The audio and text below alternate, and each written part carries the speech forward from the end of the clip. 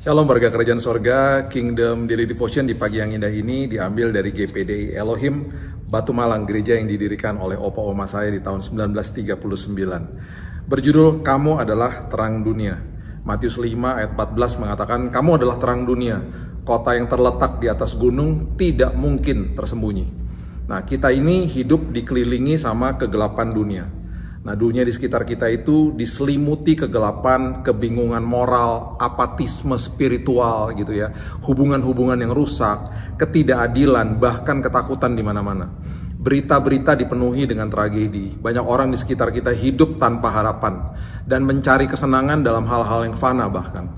Nah, Yesus yang sepenuhnya menyadari kehancuran dunia ini menyatakan sesuatu yang luar biasa. Dikatakan kamu adalah terang dunia. Dia tidak mengatakan untuk menunggu kegelapan itu lenyap. Dia memanggil para pengikutnya, kita semua yang menjadi pengikut Kristus, untuk bersinar tepat di tengah-tengah kegelapan. Kita bersinar bukan karena kebaikan atau kebijaksanaan kita sendiri, tetapi karena kita memantulkan terang Kristus yang ada di dalam sini. Seperti bulan yang memantulkan matahari, hidup kita dimaksudkan untuk mencerminkan kasih, kebenaran, dan kekudusan Yesus. Ya. Yohanes 3 ayat 19, ayat yang luar biasa mengatakan begini, terang telah datang ke dalam dunia, tetapi manusia lebih menyukai kegelapan daripada terang sebab perbuatan-perbuatan mereka itu jahat. Ya. Bayangkan, Yesus sudah hadir sebagai terang dunia, tetapi tetap saja banyak manusia yang memilih untuk tidak mau percaya kepadanya. Inilah arti manusia lebih menyukai kegelapan daripada terang. Kita tidak kebal terhadap kegelapan di sekitar kita. Godaan, keputusasaan, ketakutan itu selalu mengancam untuk meredupkan terang yang Tuhan sudah tempatkan di dalam sini. Namun, Tuhan tidak membiarkan kita tidak berdaya. Kuasanya sanggup menolong asal kita mau hidup di dalam kebenaran firman-Nya. Ya, terang melakukan dua hal. Ingat ini, menyingkapkan dan membimbing. Kita menyingkapkan kegelapan hanya dengan menghidupi kebenaran firman. Hidup jujur dan penuh dengan kasih Kristus, itu pasti kita menyingkapkan kegelapan yang ada di dalam dunia. Kemudian apa? Terang itu adalah kebenaran firman.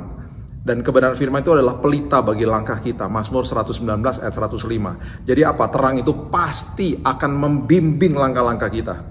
Dahsyat kan? Luar biasa sekali. Ya, Yesus mengatakan gini, aku adalah terang dunia. Barang siapa mengikuti aku, ia tidak akan berjalan dalam kegelapan, melainkan ia akan mempunyai terang kehidupan. Yohanes 8 ayat 12.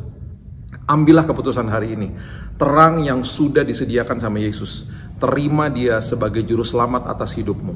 Dan ikuti firman-Nya untuk menjaga supaya terang Yesus yang sudah ditempatkan di dalam kita terus menyala di dalam kehidupan kita. Ya, itu sebabnya hari ini kita punya tanggung jawab sebagai kita yang sudah terima Yesus. Terang yang sudah ditempatkan di dalam sini jangan sampai pudar. Terang Tuhan nggak bisa dimatikan, tetapi terang Tuhan bisa ditutup sama ulah kita sendiri. Kalau kita nggak jaga pintu gerbang hati misalnya, mata kita dipenuhi dengan, kita nggak sortir mata kita, apa yang masuk itu sampah dunia, dan kita membiarkan itu terus yang masuk. Akhirnya terang Tuhan yang ada di dalam kita tutupkan, gitu loh. Terang Tuhan itu nggak bisa dimatikan karena terang Tuhan adalah terang Tuhan. Akhirnya hidup kita tidak jadi dampak. Hidup kita nggak bisa dibimbing sama terang itu. Terangnya ada, tapi kita nggak dibimbing, kan ironis. Kemudian terang itu ada, terang itu akhirnya nggak bisa menyingkapkan kebenaran. Kita harusnya kan kalau kita hidup di dalam kebenaran, kita bisa menyingkapkan kegelapan-kegelapan di dalam kehidupan kita. Kita bisa makin mengerti ini loh, kebenaran ini, kesalahan, dan lain sebagainya. Dan orang diberkati, orang bisa lihat kita jadi mercusuarnya Tuhan, yang merupakan terang di tengah-tengah kegelapan. Yuk kita mulai hari ini dengan doa. Terima kasih Bapak yang baik, terima kasih mengucap syukur buat hari yang indah. Kami mulai hari yang baru, dan kami sadar terang Tuhan sudah ditempatkan di dalam kami. Kami punya tanggung jawab untuk menjaga terang itu.